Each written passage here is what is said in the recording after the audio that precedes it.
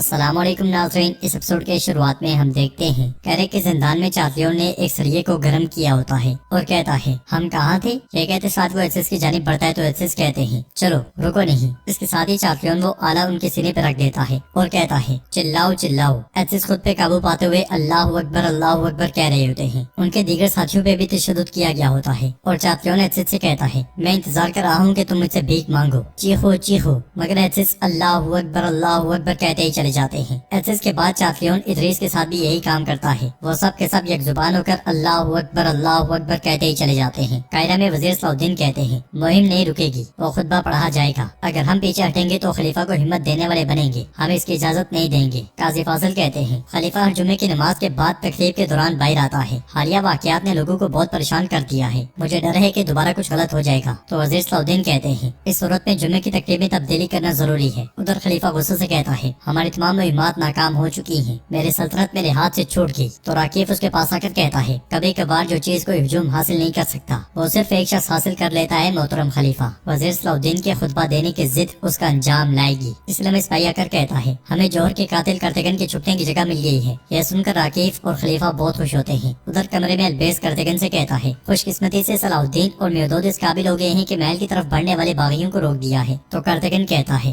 واہ کیسا تخت ہے اور کیسی وزارت ہے، ہر کوئی اطراف سے حملے کر رہا ہے، ایک طرف سے راکیف اور دوسری طرف سے خلیفہ۔ البیس کہتا ہے میں نے آپ سے کہا حضور ان کی چالیں اور دھوکے بازی ختم نہیں ہوتی۔ تو کرتگن کہتا ہے ختم ہوں گی، یعنی ہم پہ لگائے جانے والا بہتان ان کے بچھائے گئے منصوبے کا پہلا قدم تھا۔ میں یہاں کیا کر رہا ہوں، مجھے باہر جانا چاہیے، مگر البیس اس روکتے ہوئے کہتا ہے باہر خلیفہ کے سپاہی آپ کی تلاش میں ہیں، ذرا صبر کریں۔ ادھر آگے بڑھتے ہوئے بالین اور یاروکی کے سامنے ہو جاتا ہے۔ یاروکی کہتا ہے تمہیں کونت بننے پہ مبارک ہو بالین۔ بالین پوچھتا ہے تمہارا یہاں کیا کام ہے یاروکی؟ جوابی یاروکی کہتا ہے جس کی بدولت تم کونت بنے، میں اس وزیر صلاح الدین کے مسئلے کے لیے یہاں۔ بالین کہتا ہے یعنی کہ یہ میرا بھی مسئلہ ہے، کیا تم صلاح الدین کے سپاہی کو بچانے آئے ہو؟ یاروکی پوچھتا ہے تم اس مسئلے کے بارے میں کیسے جانتے ہو؟ ادھر خلیفہ اپنے سپاہی کے ساتھ آگے بڑھ رہا ہوتا ہے، اس لیے وزیر صلاح الدین اس کا راستہ روک لیتے ہیں۔ خلیفہ کہتا ہے وزیر صلاح الدین خیر ہے، جمعے کے وقت تمہاری اس ملاقات کی کیا وجہ ہے؟ تو وزیر صلاح الدین کہتے ہیں میں آپ کو اطلاع دینے آیا ہوں کہ آپ نماز میں شرکت نہیں کر سکیں گے۔ خلیفہ غصے سے پوچھتا ہے کیوں؟ تو وزیر صلاح الدین کہتے ہیں مصر کے وزیر کی حیثیت سے میں تمہیں غیر معینہ مدت تک کے لیے عبادت کی غرض سے محل کو چھوڑنے سے روک رہا ہوں۔ خلیفہ غصے سے پوچھتا ہے تم کون ہوتے ہو مجھے اس عبادت سے روکنے والے جو اللہ نے مجھ پر فرض کی ہے؟ تو وزیر صلاح الدین کہتے ہیں فقہ میں نماز جمعہ ریاست کی اجازت سے مشروط ہے، فطرے میں رکاوٹ ڈالنے کے لیے میرے پاس کوئی اور راستہ نہیں چھوڑا۔ خلیفہ کہتا ہے میری اپنی زمین میں میرے ساتھ روا رکھے جانے والی اس قید کو ہرگز نہیں بھولوں گا صلاح الدین، میں حکم کی تعمیل کروں گا، لیکن یہ بات یاد رکھو کہ تم سے ڈرنے کی وجہ سے نہیں، اپنے لوگوں کی سلامتی کے لیے۔ جواباً وزیر صلاح الدین کہتے ہیں جس بھی وجہ سے کرو لیکن حکم کی تعمیل کرو، جو چیز صحیح ہے وہ یہی ہے، مصر کے مومنوں کو سکون کی ضرورت ہے اور تم اس میں رکاوٹ نہیں بنو گی۔ خلیفہ کو بہت غصہ آتا ہے اور وزیر صلاح الدین آگے بڑھ جاتے ہیں۔ ادھر عاقف ایک سپاہی کو خنجر دیتے ہوئے کہتا ہے تم نے سب کچھ اچھی طرح سمجھ لیا ہے نا؟ تو وہ سپاہی کہتا ہے جناب فکر نہ کریں، وہ مجھ سے بچ نہیں پائے گا۔ یہ کہتے ساتھ ہی سپاہی چلا جاتا ہے۔ ادھر بالین یاروکی سے کہتا ہے پہلا نے کہا ہے کہ صلاح الدین کے آدمی کو قلعے کے اندر ایک قید خانے میں رکھا گیا ہے، ان کے وہاں سے نکلنے میں مدد دینے والی واحد وہی ہے۔ یاروکی کہتا ہے یہ میلا چاتلیون کی بیوی نہیں ہے کیا؟ میں اس کی باتوں پر اعتبار کیوں کروں؟ تو بالین کہتا ہے میلا کو زبردستی چاتلیون سے شادی پہ مجبور کیا گیا، اب وہ اسے جان چھڑانا چاہتی ہے، اس لیے ہماری مدد کرے گی۔ یہ سن کر یاروکی کہتا ہے لیکن اگر اس معاملے کے نیچے سے غداری نکلتی ہے اچھی طرح جان لو کہ میں وزیر صلاح الدین جیسا رحم دل نہیں ہوں۔ جواباً بالین کہتا ہے فکر نہ کرو، میں اسے ذہن میں رکھوں گا۔ یاروکی پوچھتا ہے اچھا تو ہم اندر کیسے داخل ہوں گے؟ یہ سن کر بالین اس لمحے کو یاد کرتا ہے جب میلا نے اسے کہا تھا نیچے کیرک سرنگوں سے بھری ہوئی ہے، ان میں سے ایک انتہائی خفیہ قید خانے کی طرف جاتی ہے، صلاح الدین کے آدمی کو وہاں رکھا گیا ہے۔ بالین نے پوچھا تھا سرنگ کا داخلی راستہ این کہاں ہے؟ پھر بالین یاروکی سے کہتا ہے اب میری بات غور سے سنو۔ قاہرہ کی مسجد میں خطبہ دیا جا رہا ہوتا ہے، تعریف جہانوں کے پروردگار اللہ کے لیے ہے، خاتم النبیین اور مجاہدین کے سردار حضرت محمد صلی اللہ علیہ وسلم اور ان کے تمام اہل و عیال اور صحابہ پہ درود و سلام ہو۔ قاضی فاضل، وزیر صلاح الدین اور میودود وہاں موجود ہوتے ہیں۔ راکیف کی جانب سے بھیجا گیا سپاہی بھی وہاں بیٹھا ہوتا ہے، وہ پیچھے سے اٹھتا ہے اور وزیر صلاح الدین کے پیچھے والی صف میں آ بیٹھتا ہے۔ اس کی نظریں مسلسل وزیر صلاح الدین پر دیکھ کر بیبورا بھی اسے دیکھنے لگ جاتا ہے۔ خطبہ جاری ہوتا ہے اے ایمان والو، امیر المومنین عباسی خلیفہ جو خدا کے حکم سے منور ہیں ان کے نام پہ جہاد کے مقصد کی طرف دوڑو۔ اس کے ساتھ ہی راکیف کا آدمی اٹھتا ہے اور حملہ کر دیتا ہے، مگر اس کا خنجر وزیر صلاح الدین کے سامنے آنے والے میودود کے سینے میں پیوست ہو جاتا ہے۔ یہ دیکھ کر ہلچل مچ جاتی ہے، اس غدار کو